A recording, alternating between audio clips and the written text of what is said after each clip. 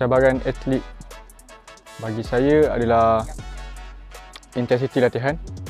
Kerana seperti yang saya tahu, intensiti latihan di bulan puasa ni adalah untuk mengekalkan kecergasan dan bukan untuk performa, sebab kemungkinan untuk training hard tu, untuk injury tu mostly akan lebih tinggi ketika bulan puasa sebab cabaran dia kurang minum, tak minum air kan.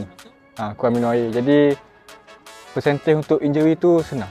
Tip makanan bagi saya adalah saya ketika bersahur dan berbuka.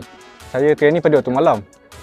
Jadi ketika sahur dan berbuka, saya elakkan untuk makan makanan pedas, makanan yang berminyak. Kerana itu akan mengganggu sistem pahadaman ketika training pada waktu malam.